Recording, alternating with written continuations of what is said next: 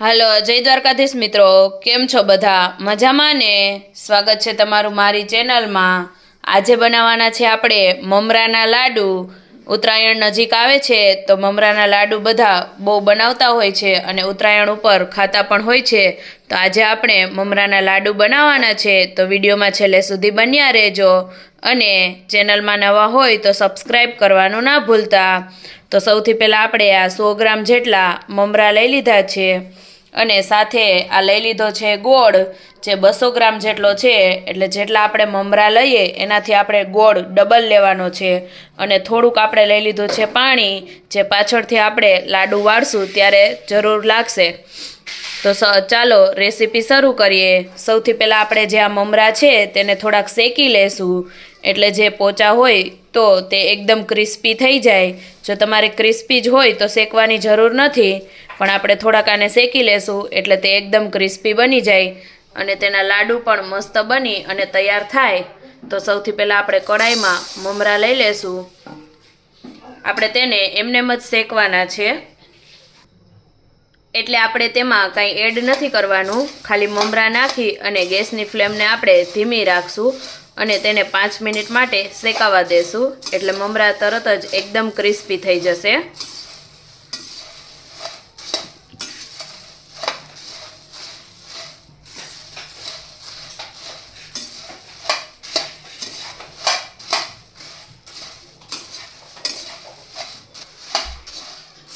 મમરાને આપણે 5 મિનિટ સુધી જ શેકવાના છે, એટલે તે એકદમ ક્રિસ્પી થઈ જશે। તો હવે આપણે ગેસની ફ્લેમને બંધ કરી દઈશું અને થોડી વાર માટે હજી તેને હલાવશું, કારણ કે જે આપણી કઢાઈ છે તે ગરમ હશે। એટલે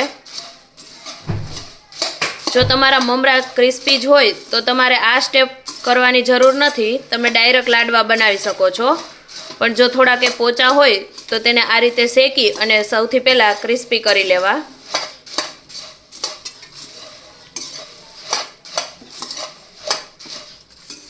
હવે આપણા મમરા એકદમ શેકાઈ ગયા છે, તો આપણે તેને ફરીથી બાઉલમાં કાઢી લેશું।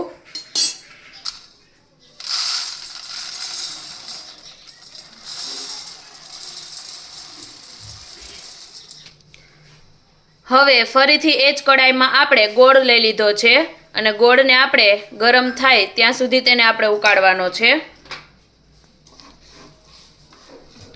આપણે જે ઢીલો ડબ્બાનો ગોળ આવે છે એ જ લીધો છે।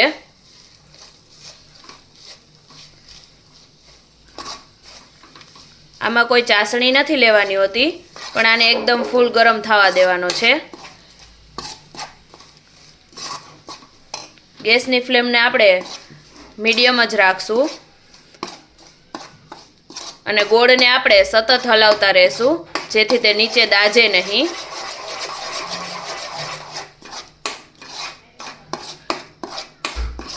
આમાં તમે થોડુંક 1 ચમચી જેટલું ઘી પણ એડ કરી શકો।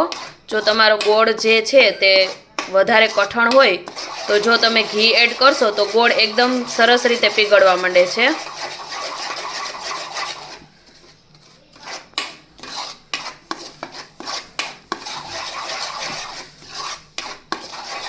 આ રીતે આપણે તેને સતત હલાવતા રહેશું અને ગોળનો પાયો લઈ લેશું।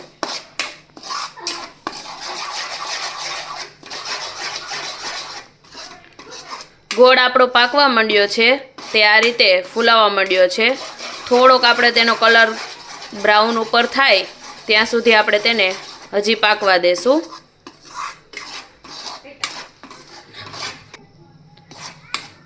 હવે આપણો ગોળ એકદમ પાકી ગયો છે, તો આપણે તેમાં મમરા એડ કરતા જશું। બધા મમરા એકસાથે એડ નહીં કરીએ, જેમ જરૂર લાગશે તેમ મમરા એડ કરતા જશું।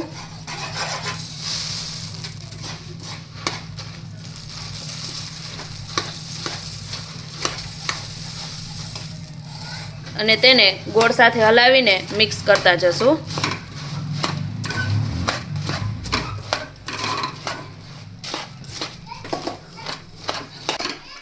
થોડાક આપણે હજી વધારે મમરા એડ કરી દીધા છે, પછી તે બધાને સરસ રીતે હલાવીને આપણે મિક્સ કરી લેશું।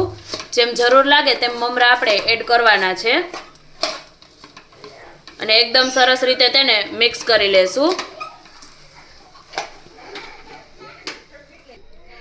હવે આપણે તેને ગેસ ઉપરથી ઉતારી અને પાણીવાળા હાથ કરી અને આ રીતે તરત જ તેના લાડુ વાળવા માંડશું, કારણ કે જો તે જરાક પણ ઠળી જશે તો પછી તેના લાડુ નહીં વળે. એટલે આપણે ગરમા ગરમ હોય ત્યારે જ તેના લાડુ વાળી લેવાના છે અને હાથમાં ગરમ ન લાગે એટલા માટે આપણે થોડાક પાણીવાળા હાથ કરશું અને તરત જ લાડુ વાળવા માંડશું.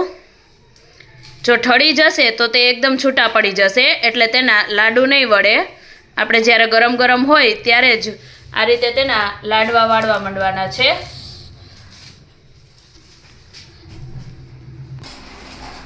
તો તૈયાર છે આપણા મમરાના લાડુ.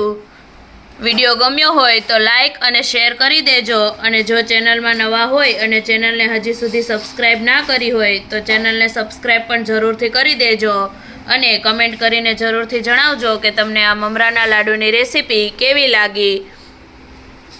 અને આવી અવનવી ગુજરાતી વાનગીઓના વિડીયો જોવા માટે એકવાર અમારી ચેનલની અવશ્ય મુલાકાત લેજો.